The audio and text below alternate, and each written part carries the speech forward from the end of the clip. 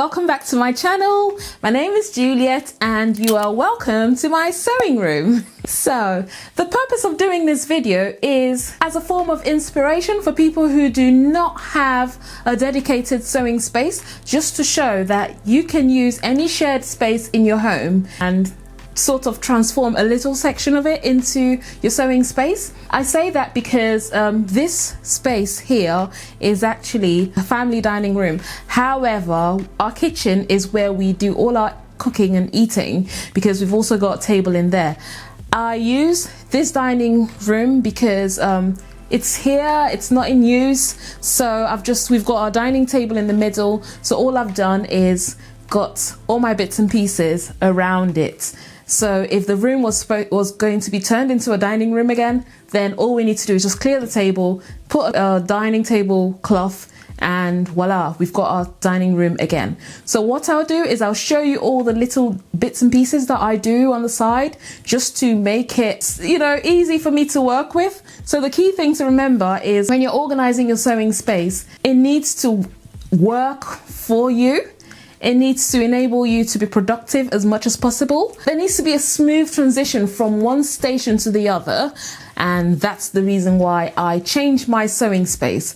This space used to be a bit more claustrophobic, so I opened things up just to make it a bit more easy to access things. So I will take you around. So the first thing you see when you walk in is this here, and this is a shoe rack, but I've got it hanging on the door to utilize some wall or door space.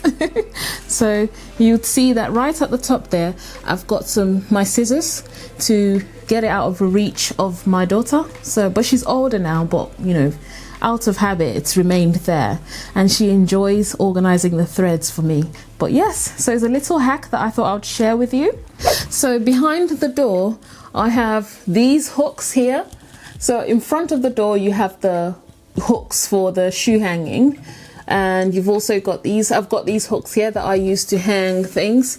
I made this with my daughter a while ago, and I've got some kits, tote bags for little knickknacks here and there, and my backpack. I've also got a wedding dress here for a bride, but because of the pandemic, she's not been able to pick it up. But anyway, it's there. Prints that I've got on the wall, just to beautify the space.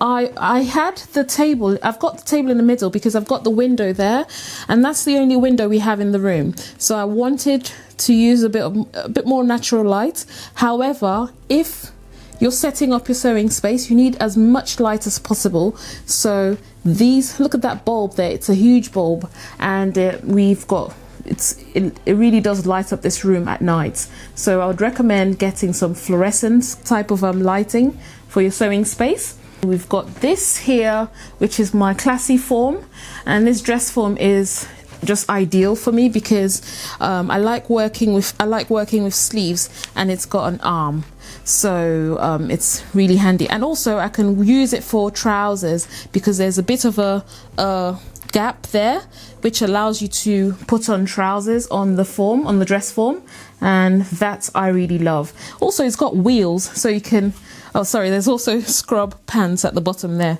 from the scrubs that I made. This was the very first one that I made, and it was like a demo, and I kept it for myself. So you can drag it along and move it around the room, which is excellent. I've got that hessian there because I want to use it to make a rug using a rag. It's like a rag rugging kit that I have. But anyway, so the two key bits of storage that I have in this room are tucked away here and there.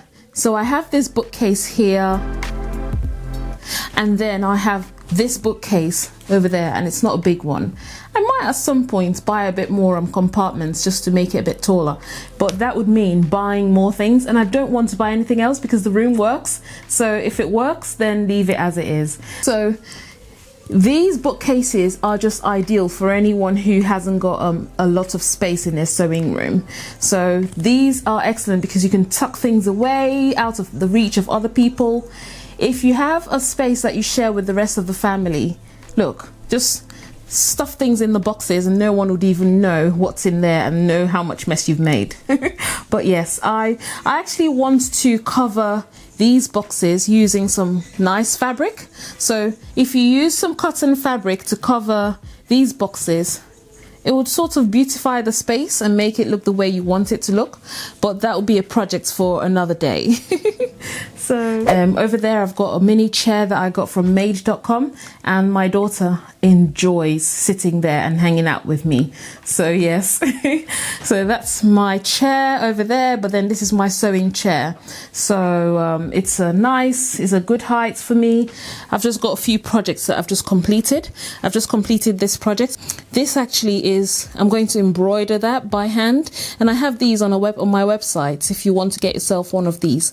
But anyway, that's my next project.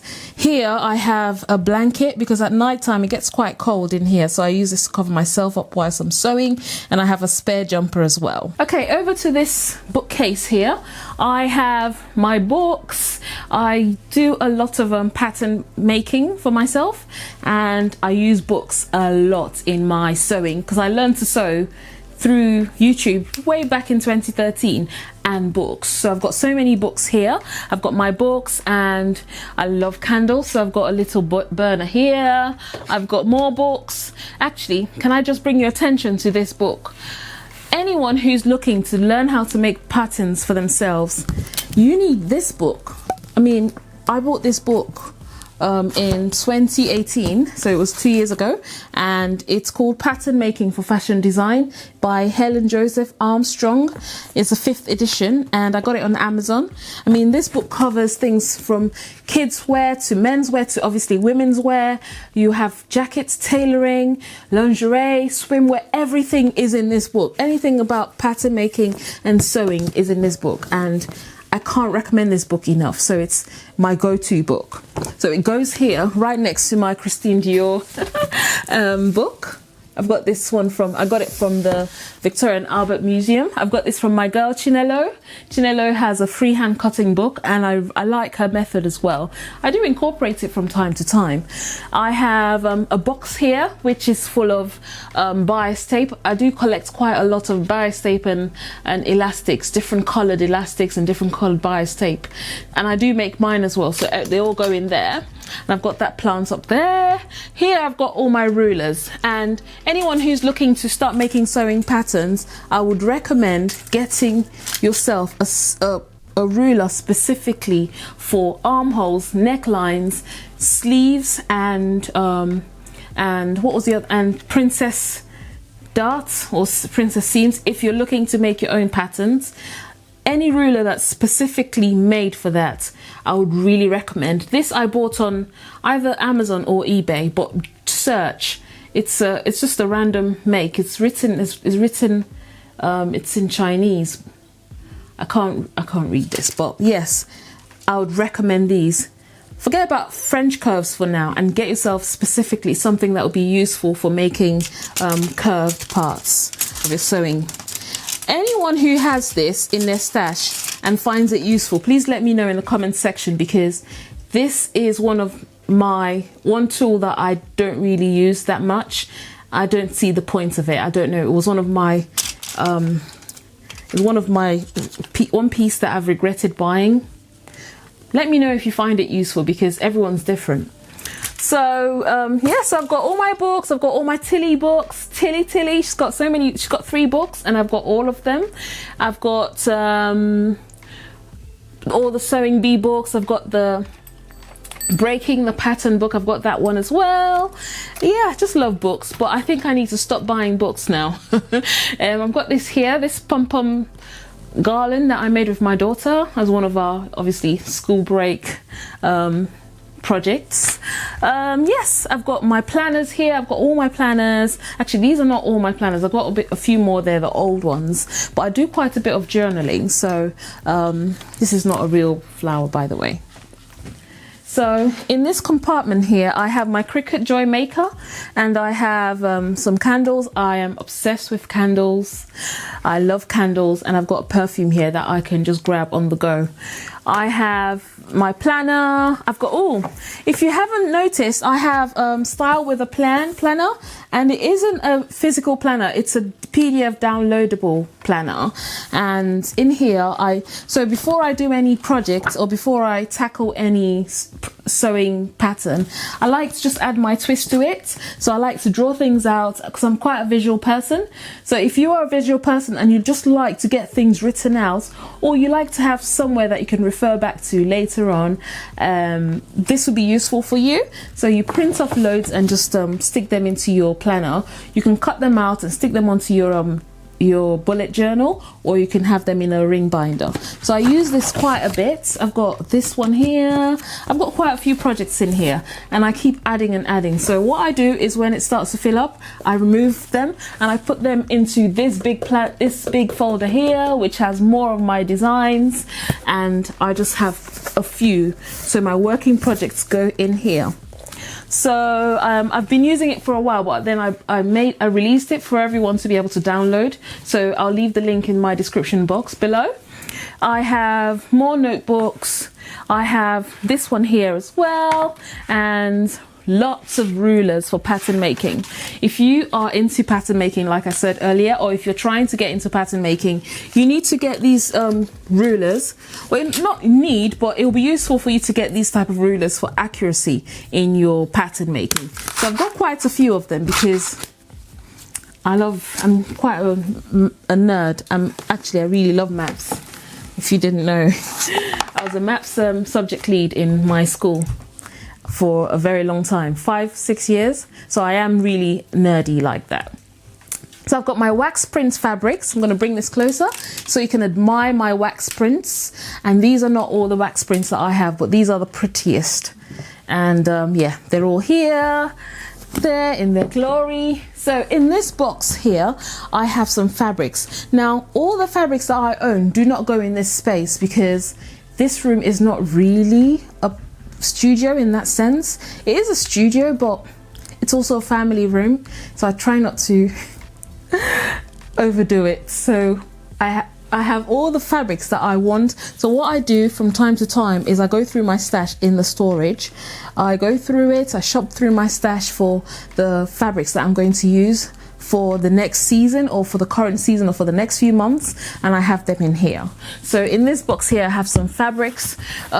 It's high up and I'm not going to bring it down but just know I have fabric in here. So in this box I share this box with my husband because he is into photography and he has all his technical bits and pieces, lenses, cables, books, manuals, everything in here. Under the table as well, he's got lights, tripods, all that type of thing under the table. So that's the reason why I'll show you the table in a minute. So this one here is for my unfinished projects, interfacing, shoulder pads, embellishments, you know, yarn. So it's just little knickknacks that go in here, you know, scrap fabrics go in this one here, and it's tucked away and no one knows what's going on in there. So yeah, I like having these boxes. This here is the only box that I have of patterns.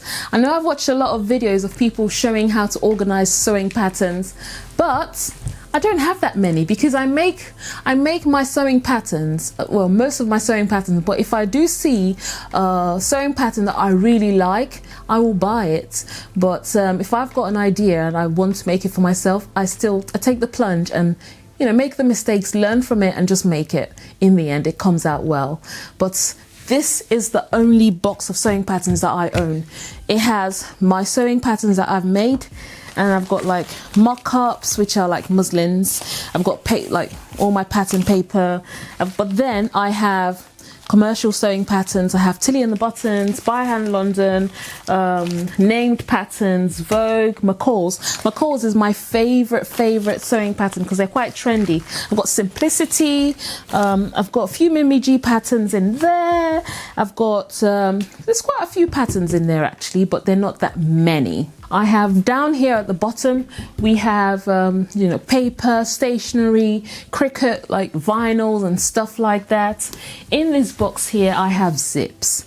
Okay, so I make clothes for people, and I've never had a problem finding a zipper for a project, and I collect zips basically. So I have different types, different colors, different lengths, open-ended, closed-ended, metallic zips, everything in here really.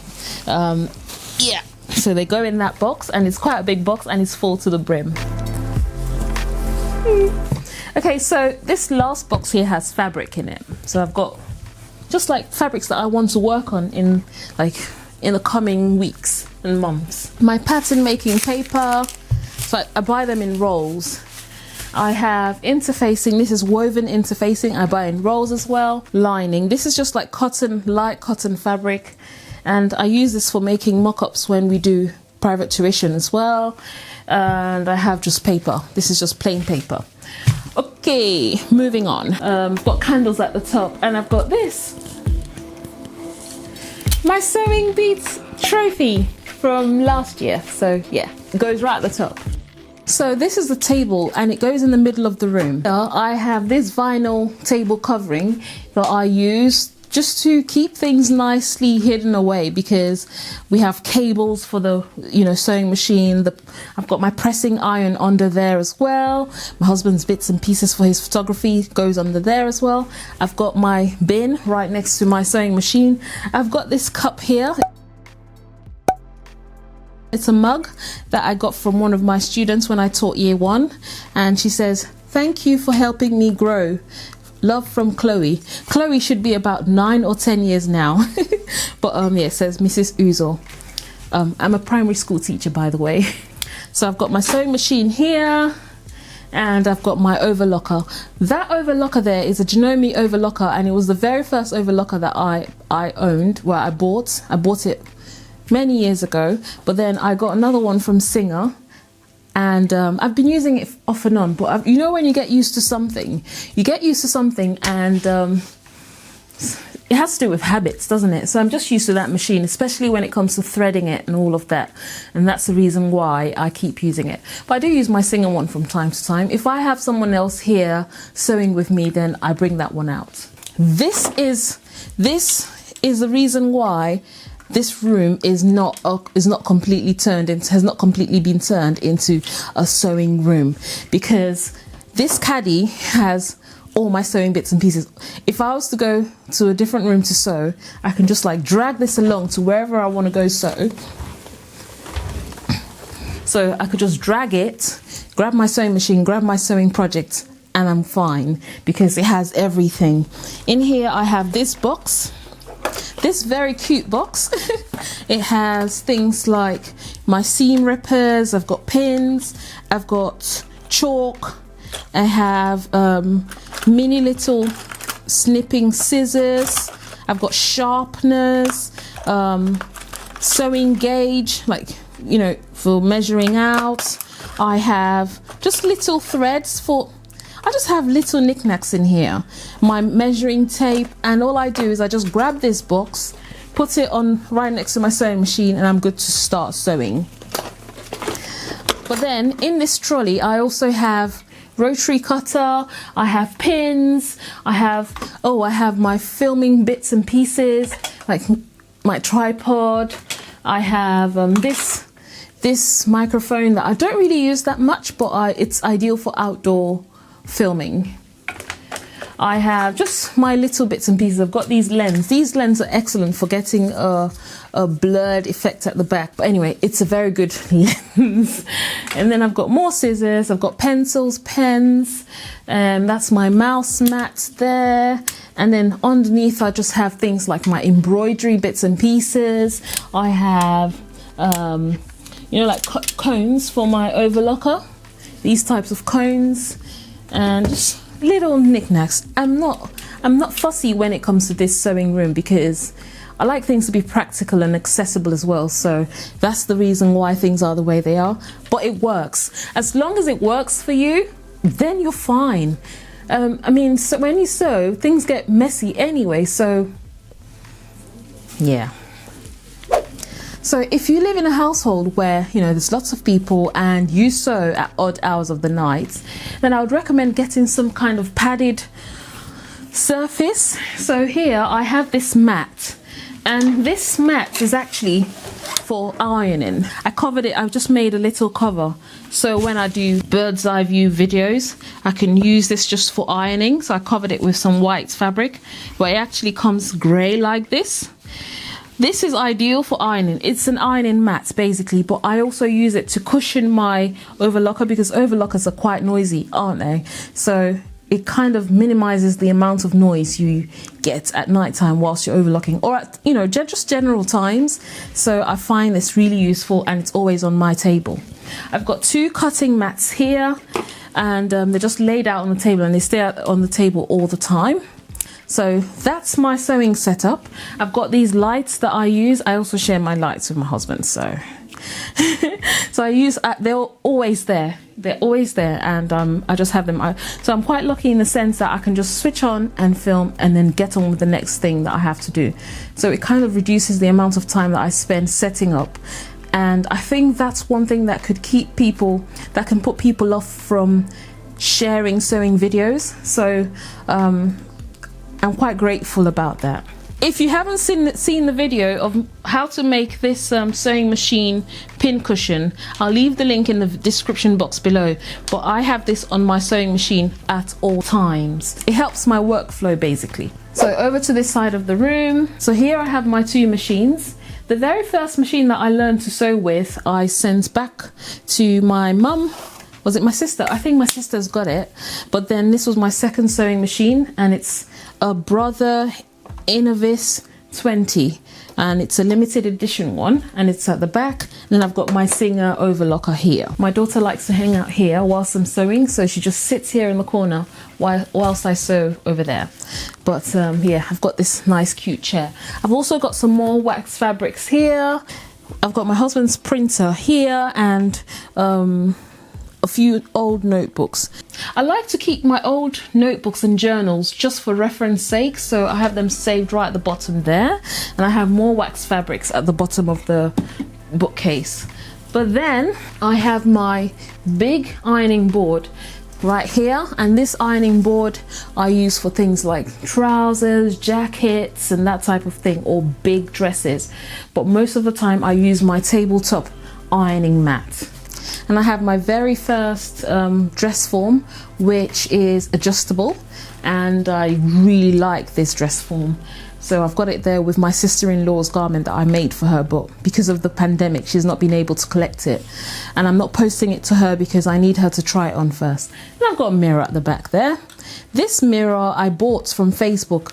A lady was moving house and she had it on Facebook Marketplace, and I got it for her from, I got it from her for about £25, which was a steal for that type of mirror. I also have this here on the wall, which was from a pupil of mine from years ago, and it's just it says, "It takes a big heart to shape little minds. Thank you, Mrs. Uzor." And I really like that, and I saved it for my sewing room. So here it's an extension arm that is attached to my tripod, and it enables me to take top-down videos. So if you make video tutorials, it's useful to have this type of extension arm to enable you to get a complete view of what you're making. So if you would love to learn how to show people top-down bird's eye view sewing tutorials, I'll have a video here on the screen for you to watch and see how I set mine up, and I look forward to seeing you at that video. All the very best, and bye!